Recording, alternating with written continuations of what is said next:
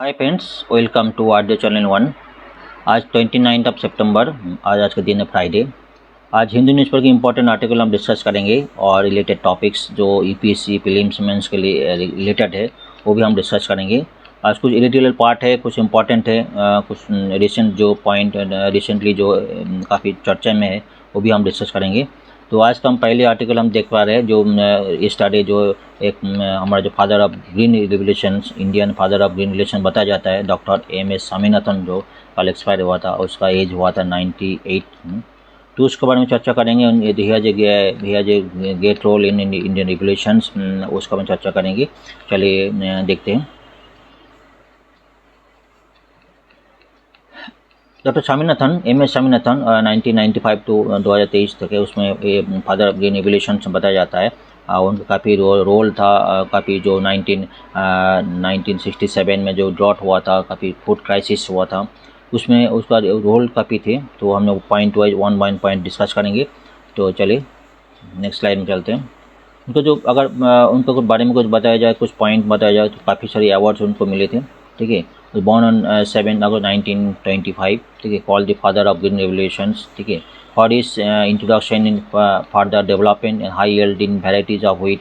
High yield varieties of wheat India में जो है उस टाइम 1960 से मिड ऑफ 1960s में, जो 1967 में जो ड्रॉट हुआ था और तो फूड क्राइसिस हुआ था और पॉपुलेशन बढ़ गया था। इसका जो फूड क्राइसिस तो उसका डेवलपमेंट करना था, वो ग्रीन रिवोल्यूशन के लिए उनका काफ़ी हाथ था। ठीक है, described by the United Nations Environment Program as the father of economic ecology, ठीक है, publish more than 254 scientific article उन्होंने पब्लिश किया अपना फील्ड में। उनको कई सारी अवार्ड्स मिले थे। इसमें हम और डिटेल डिस्कस करेंगे। पद्मश्री, उसको पद्मश्री 1967 है, पद्म भूषण 1972, रमन मगसवाई जो है अवार्ड मिला था पर community leadership 1971, Albert Einstein world award of science 1986 and world food prize 1987 and Padma Bhushan 1989। इसके अलावा जो उन्होंने राज्यसभा में उसको जो मेंबर भी मिले थे, अभी हम डिस्कस करेंगे।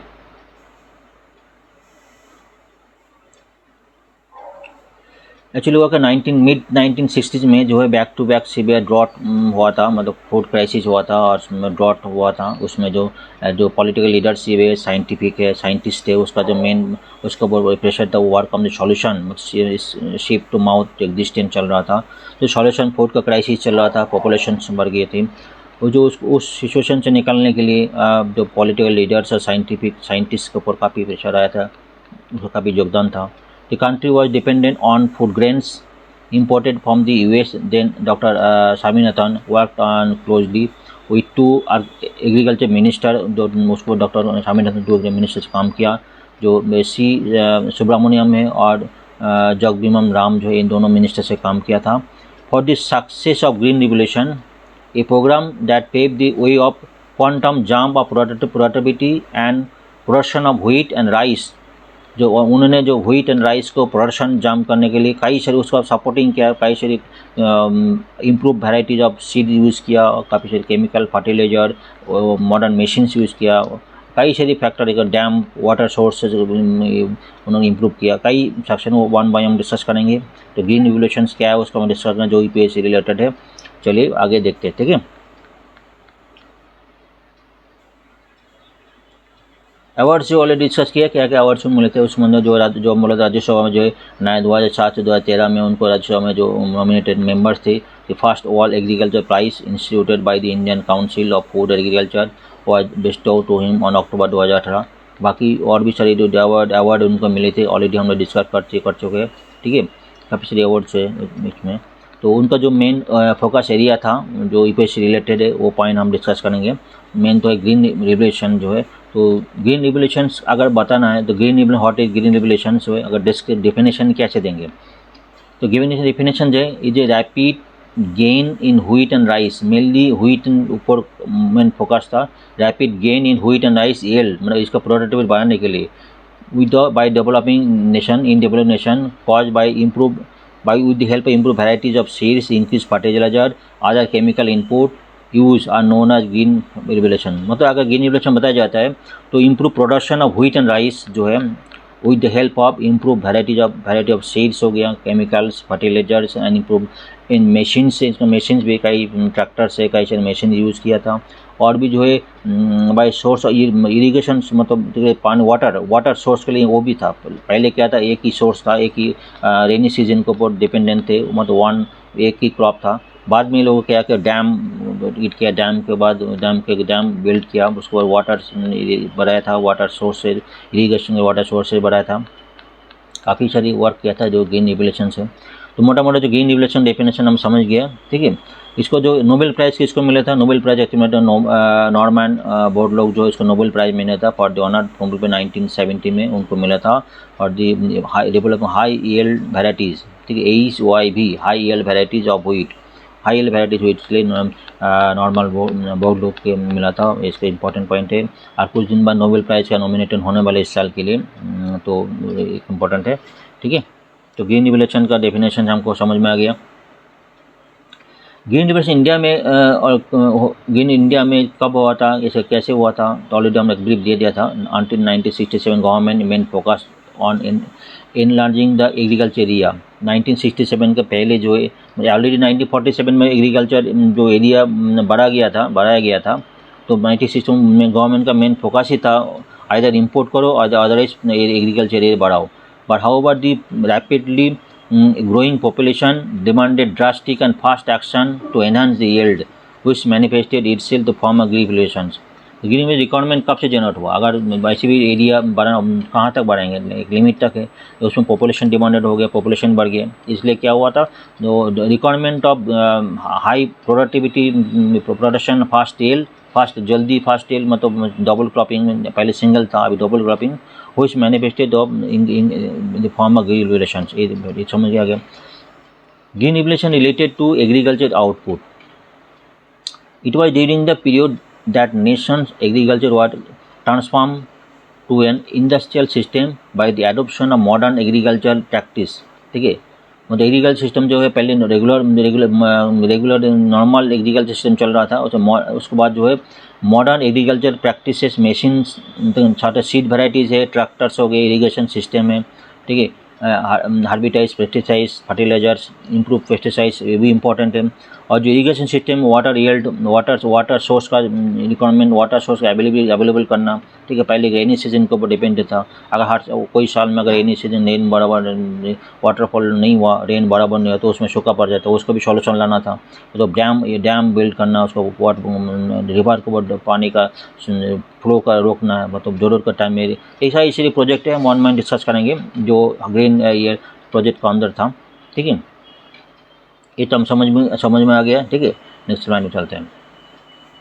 तो ऑब्जेक्टिव क्या था, ग्रीन ऑब्जेक्टिव, कुछ ऑब्जेक्टिव था, the growth size of agriculture area, number one object था, growth size agriculture size increase करना। डबल क्रॉपिंग, जो हम बात किया डबल क्रॉपिंग सिस्टम प्रैक्टिस, मतलब डबल, पहले ट्वाइस ए ईयर, पहले सिंगल था, अभी डबल क्रॉपिंग। सिंगल मतलब जो पहले mainly dependent on rainy season, अभी उसके बाद जो रेनी सीजन के बाद भी जो अगर वाटर का सोर्सेस, मतलब डैम बिल्ड करना, कई जगह पंप बैठाना, कई सारी इशू गवर्नमेंट का जो इनिशिएटिव था, वो एक के बाद डबल क्रॉपिंग सिस्टम बढ़ा था। Due to construction of dam, तो water adoption and other basic irrigation technique, water was now obtain from extensive irrigation project, ठीक है। तो वाटर अवेलेबल करना, डैम बिल्ड करना, ये सारे प्रोजेक्ट का अंदर इन्वॉल्व था। Using high yield varieties, already high yield varieties, कई सारी जो उसका क्राइटेरिया है, मतलब कंपोनेंट है, तो ग्रीन रिवोल्यूशन का कंपोनेंट है। yielding high yield variety of seeds generated from new strain of seed with enhanced genetics, मतलब हाई इम्प्रूव जेनेटिक्स का है, मतलब बहुत जल्दी उसका यील्ड होता है। मेनली फोकस क्या था, व्हीट, राइस, ज्वार, बाजरा था, maize was the principal crops. Grain products other than food are not included in new studies में इंक्लूड नहीं था। For many years wheat remain the foundation of the green revolution. काफ़ी देर तक green हुई, उसके बाद और भी सही क्रॉप जो है हाई यील्ड जनरल डेवलप हो गए, और लेकिन उस टाइम जो फॉर मेनी ईयर्स व्हीट तो मेन फोकस में थे, ठीक है। इधर समझ में आ गया। एक्चुअली जो in 1965 India initiated green revolution under the supervision of doctor M S. Swaminathan, जो फादर ऑफ ग्रीन, उसको फादर बताया जाता है। Revolution within India leading to increase in food grain production mostly in the region of Punjab, Haryana, Uttar Pradesh में जो focus किया गया था। तो मोस्ट अभी भी व्हीट जो इसी स्टेट में ज़्यादा होता है, पंजाब, हरियाणा, उत्तर प्रदेश, जो उसका सॉइल का ऊपर डिपेंड है। Major landmark undertaking development high yield varieties HYV seeds of wheat, राष्ट्र रेजिस्टेंट स्टेन ऑफ wheat, जो राष्ट्र रेजिस्टेंट था तो wheat था उसको भी रिजल्ट करना था। ये सारी कंपोनेंट थी ग्रीन रिवोल्यूशन के लिए, ठीक है। बेसिक एलिमेंट ऑलरेडी कुछ पॉइंट ऑलरेडी डिस्कस कर चुके हैं। Expansion of farming area discuss कर चुके हैं, डबल क्रॉपिंग सिस्टम डिस्कस कर चुके हैं, ठीक है। एक्सपेंशन ऑफ फार्मिंग जो ऑलरेडी 1947 ऑलरेडी इंक्रीज हुआ था और इसको बहुत कम था, फिर भी green revolution provided assistant in the quantitative expansion of farmland, assist किया था जो भी मैक्सिमम जितना बढ़ा सकते मतलब फार्मिंग एरिया। और डबल क्रॉपिंग का बात ऑलरेडी डिस्कस करते हैं। Double cropping was primary feature green revolution, मतलब पहले सिंगल क्रॉपिंग हुआ था, अभी डबल क्रॉपिंग हुआ था। Single cropping practice based on the fact that there is one rainy season but now the water is second phase now काम irrigation project, dam build के बाद वाटर सोर्स को available करना, पानी को रिवर को पकड़ कर रखना, उसको जरूरत के टाइम में यूज़ करना, काफ़ी सारे प्रोजेक्ट जो है ग्रीन रिवोल्यूशन के ऊपर इनबिल्ड था, ठीक है। Using see to improve variety already discuss कर चुके हैं। इंपॉर्टेंट क्रॉप्स ऑलरेडी डिस्कस करते हैं, व्हीट, राइस, ज्वार, बाजरा जो था। नॉन फूड आइटम और non food grain item not excluded हुआ था, एक्सक्लूड किया नहीं थे इस प्रोजेक्ट के अंदर। Wheat remain mainly the food mainly in the mail green revolution main crop main item था, ठीक है। सारी point already one by discuss कर चुके हैं, ठीक है। Positive impact of green revolution जो है मेनली जो है देखो ट्रेमेंडस इंक्रीज क्रॉप प्रोडक्शन, हाँ इंक्रीज प्रोडक्शन हुआ था। तो उसको में क्या देखो इंडियन 131 मिलियन टन्स जो प्रोडक्शन हुआ था कब हुआ था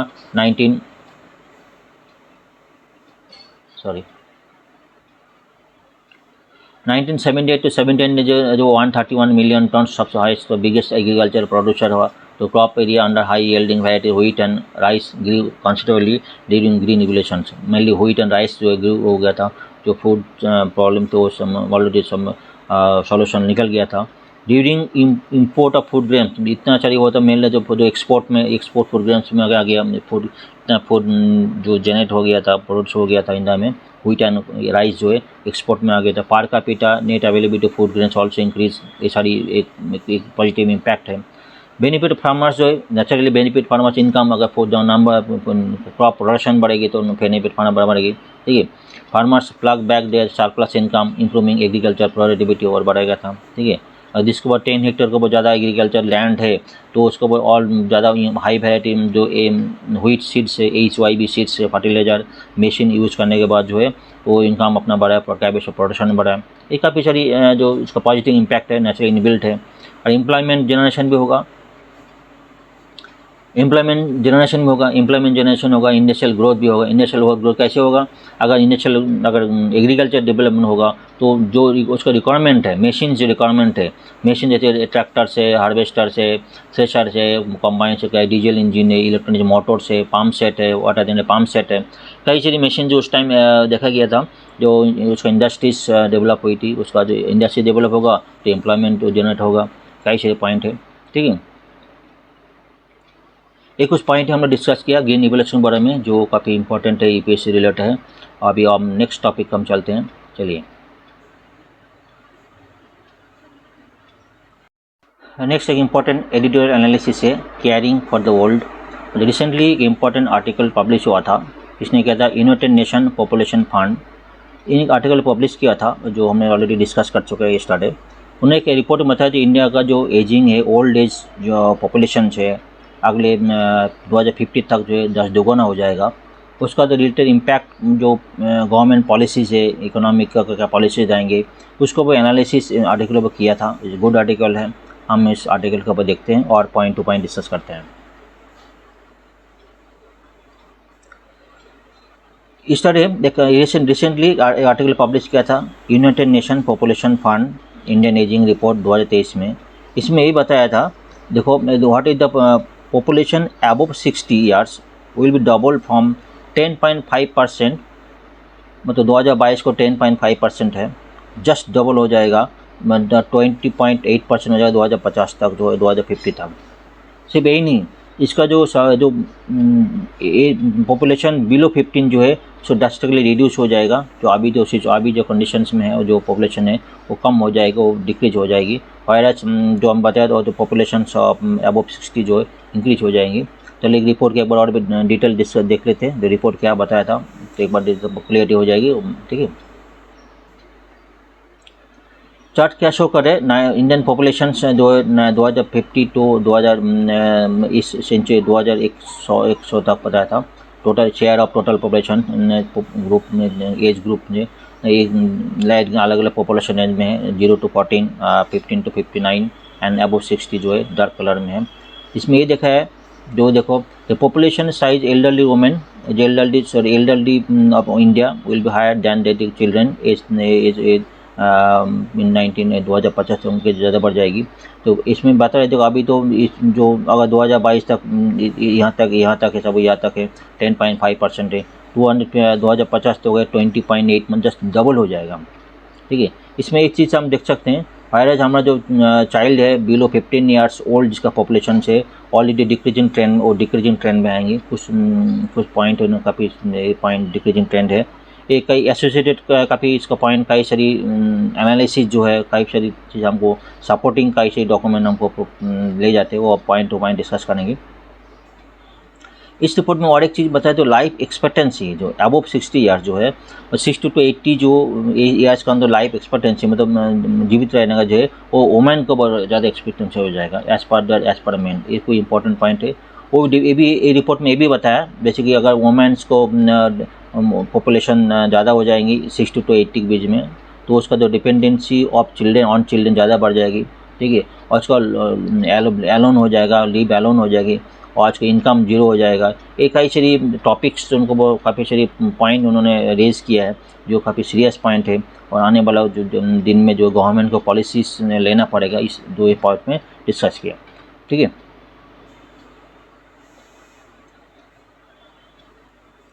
जैसे विद वन ऑफ दी 20% बढ़ जाएगा अब 2050 तक, तो with one of the 5 individual to be senior citizen, मतलब 20% हो जाएगा तो सीनियर 1 of the 5 to 20 हो जाएगा। Will be the implication of health and economy and society. तो मतलब नेचुरली जो गवर्नमेंट को तो ऐसा कुछ करना पड़ेगा जो एल्डरली जो पॉपुलेशन है सीनियर सिटीजन के लिए हेल्थ और सोसाइटी के लिए कुछ पॉलिसी लाना पड़ेगा। In Kerala and West Bengal for instance there will be growing population of the elderly people alone and children alone हो जाएगा कि चिल्ड्रेन क्या माइग्रेट टू बेटर अपॉर्चुनिटी, जो चिल्ड्रेन दूसरे कंट्री में चला जाएंगे, दूसरी जगह में चला जाएंगे, माइग्रेट हो जाएगा। तो मेनली जो उसका जो एल्डरली पीपल है वो एलोन हो जाएगी, भी पॉइंट बताया था। दूसरा चीज़ बताया तो लाइफ एक्सपेक्टेंसी जो है मतलब जीवित रहने का जो मतलब उसमें जो फर्टिलिटी जो हो जाएगा including India challenge and nutrition जो है वो वुमेन का जो 60 to 80 के बीच में जो वुमेन्स को लाइफ एक्सपेक्टेंसी बढ़ जाएगी, ये चीज़ ये बताया। ठीक है, इसमें तो for instance women elder citizen count out numbers there male count out male से ज़्यादा हो जाएगी। At 60 years person in India में expect to live another 18.3 years, मतलब 60 तो जो 60 ईयर्स के बाद 18.3 ईयर्स एक्सपेक्ट करते हैं इंडिया में। हुई higher than in case women case 19 years है और मेन के केस 17.5 ईयर्स, मतलब वोमेन लाइफ एक्सपेक्टेंसी बढ़ जाएगी, ये बता रहा है। ठीक है, इस एसोसिएटेड अगर women participant rate work force में 24% है, तो वुमेन के लाइफ एक्सपेक्टेंसी अगर बढ़ेंगे तो उसमें बढ़े economic social security will become vulnerable old age, मतलब vulnerable economic and social security और हेल्थ प्रॉब्लम जो है हेल्थ इशूज है वनरेबल हो जाएगा इन ओल्ड एज में। ये सारी इशूज पॉइंट है इसमें ये रिपोर्ट में बताया था। इसमें और कुछ पॉइंट है, more than 40% of elderly Indian are in poorest wealth quantile में जो है मतलब 40% जो है मतलब एल्डरली वुमेन जो है पीपल जो पोरेस्ट हो जाएंगे, जो पोरेस्ट हो जाएंगे मतलब वनरेबल हो जाएगा। 18% of the living without income report said, मतलब जो पहले बताया 18% में कोई इनकम नहीं रहेंगे, डिपेंडेंट चिल्ड्रेन को डिपेंडेंट हो जाएंगे, मतलब विडो हो जाएगा। काफ़ी सारी एसोसिएटेड इशूज है। सच लेवल ऑफ पॉवर्टी में affect there quality of life and health care utilisations, सारी पॉइंट जो है डिस्कस किया। और एक इंपॉर्टेंट पॉइंट डिस्कस किया, देखो population of people aged 80 and above will grow at a rate of 279%। जो पॉपुलेशन अबव 80 है, मतलब मेनली वोमेन का होगा, तो ग्रो होगा 279% ग्रो होगा 2022 से लेकर 2050 तक। तो ये क्वेश्चन ये बता रहे predominance the widows and highly dependent very old women, ये भी सारी इशूज बताया था, ठीक है। The data showed that women on an average had higher life expectancy at age of 60 and 80 when compared to men, ठीक है, with variation across state wise के वेरिएशन से। अभी कुछ स्टेट वाइज भी कुछ उन्होंने एनालिसिस किया, अगले चैनल देखेंगे, ठीक है। स्टेट वाइज कुछ पॉइंट उन्होंने रेज किया, स्टेट वाइज कुछ काफ़ी दिखा था। एक तो ये बोला 2021 का डेट बता, 2021 और, ठीक है, ये 2021 का डाटा है और 2036 का है। इसमें बड़े India all in India average जो है share of elderly population projected increase from 10.1% from 21 to 15% 2036 तक। मतलब अभी इंडिया में जो 10.1% है एल्डरली एवरेज, और उसका तो 2036 तक 15% हो जाएगा। इसमें एक चीज़ ये भी इम्पोर्टेंट है, कुछ स्टेट जो है, कुछ साउथ के स्टेट जो है एल्डरली पॉपुलेशन, देखो इसका पॉपुलेशन बढ़ा तो है ये, लेकिन इसका पॉपुलेशन जो है रेट जो है बढ़ गया। वायरस जो है मतलब इस साउथ को सिलेक्टेड स्टेट जो है उसका एवरेज जो है इंडियन एवरेज के ऊपर है, मतलब 15% ऊपर है, ठीक है। वायरस कुछ स्टेट है जैसे बिहार हो गया, उत्तर प्रदेश हो गया, झारखंड हो गया, कुछ स्टेट जो है बढ़ा तो है, लेकिन इसका इंक्रीज तो हुआ है 2030 से, लेकिन उसका इंडियन एवरेज कम है। इसमें कुछ एनालिसिस जो है पॉइंट बता रहे, इसमें कुछ दिखाया। तो लोग बोलते हैं जिस स्टेट में लो फर्टिलिटी रेट है, जैसे कि डेवलप स्टेट है, केरला हो गया, तमिलनाडु हो गया, हिमाचल प्रदेश, कुछ स्टेट जिसमें फर्टिलिटी रेट कम है उसमें पॉपुलेशन कम होगा, नेचुरली एल्डरली पॉपुलेशन जो है ज़्यादा बढ़ जाएगी। हमारा जिस स्टेट में जो फर्टिलिटी रेट ज़्यादा है, जो बिहार, उत्तर प्रदेश को, ऐसे उड़ीसा को, ऐसे कुछ है, मध्य प्रदेश है, छत्तीसगढ़ है, इसमें पॉपुलेशन फर्टिलिटी रेट ज़्यादा होने के कारण जो है एल्डरली पॉपुलेशन परसेंटेज के हिसाब से कम बढ़ाएगा, ठीक है।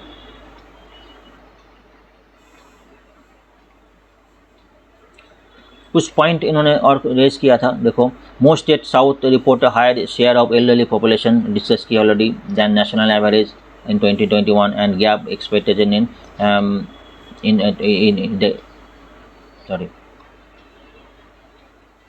Widen in 36। वायरस जो इसका जो रेशियो है, मतलब कुछ जिसमें फर्टिलिटी रेट ज़्यादा है उसमें कम होगा, और जिसमें फर्टिलिटी रेट कम है जिसमें कुछ मतलब education, higher education of human education, जो ह्यूमन एजुकेशन, कुछ पॉइंट जिसमें जो है जिसमें जो फर्टिलिटी रेट कम है, तो केरला हो गया, तमिलनाडु हो गया, इसमें जो है इसमें ऑलरेडी पॉपुलेशन ज़्यादा होगा।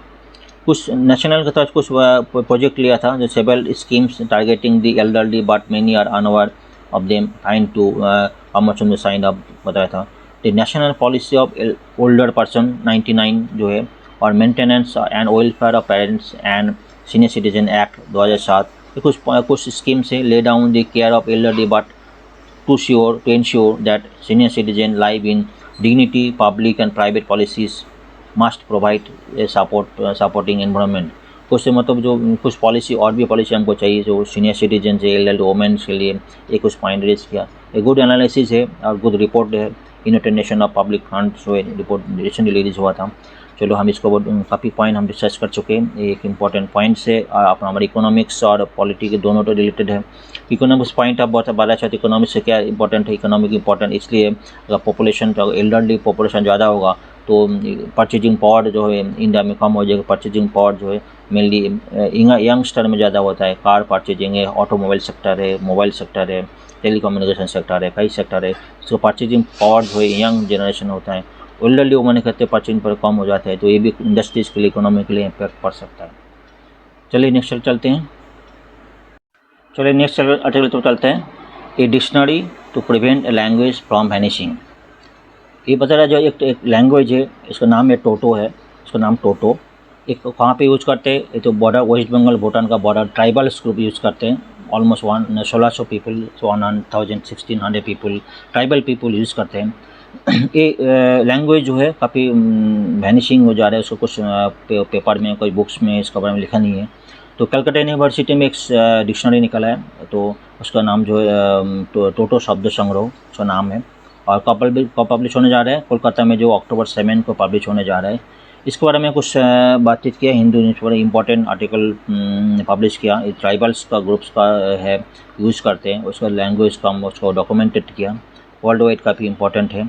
हम इसको आर्टिकल को देखते हैं। भट्टाचार्य टोटो शब्द संग्रह will help revive Toto, spoken by around 1600 people in the part of West Bengal, Bhutan border, जो ट्राइब भूटान बॉर्डरिंग भूटान जो है ट्राइबल्स लोग यूज़ करते हैं। तो वैनिशिंग होने जा रहा है, इसको कोई डॉक्यूमेंटेड नहीं है। इसी का जो एक language speaking by barely 1600 people part West Bengal bordering Bhutan to get dictionary, thanks to editor professor of Calcutta university जो है उसका हेल्प किया था। आई बुक्स हो कब रिलीज होने जाने वाला है, कोलकाता में जो है October 7 को रिलीज होने जाएगी। एक डिक्शनरी है जो बंगाली इंग्लिश स्क्रिप्ट में लिखा गया है। कौन लोग यूज़ करते हैं, तो टोटल ट्राइबल्स ग्रुप यूज़ करते हैं। कहाँ पे, वेस्ट बंगाल भूटान बॉर्डरिंग में यूज़ करते हैं। ठीक है। Toto is a Sino-Tibetan language spoken by the tribal Toto people and is written in the Bengali script. ठीक है। Even though prominent community member Dhaniram जो है Toto developed script as recently as in 2015, but most of the people either write in Bengali script और write in Bengali language। Bengali language use करते हैं कि Toto अभी बहुत टिपिकल है, लेकिन ये जो लैंग्वेज है वो कभी डॉक्यूमेंटेड नहीं था। जो the dictionary is a step in the direction of preserving the language alive for only orally but putting the vulnerability in print। ठीक है। इसको डॉक्यूमेंटेड किया, प्रिंटिंग वर्जन में लेके आया। ये लैंग्वेज जो वैनिशिंग होते जा रहा था, इसको हम लोगों ने अलाइव रखा था। वो एक इम्पॉर्टेंट स्टेप है कलकत्ता यूनिवर्सिटी का। ठीक है। ट्राइबल डिक्शनरी टोटो संवाद समग्र will be release Kolkata October 7 को इसी साल फंक्शन मार्केटिंग दिस फाउंडेशन। ठीक है। ये बताया जाता है this books will protect and language from vanishing. ये उनका जो ऑथर जो बना था उसका जो compiled by Bhakta Toto, a bank employee cum poet and publish jointly by the trust and Bhashya Samvad जो है दोनों ट्रस्ट दो कंपाइल इसको पब्लिश किया था। ठीक है। ये बताया उनका जो डॉटर बता रहे the books will protect the language from vanishing. ठीक है। Even though studying English Bengali can stay in touch with Toto books because of the compilations. ठीक है। ये काफ़ी इंपॉर्टेंट आर्टिकल है जो हमने हिंदू न्यूज़ पर कवर किया। चलिए हम इसको नेक्स्ट आर्टिकल चलते हैं।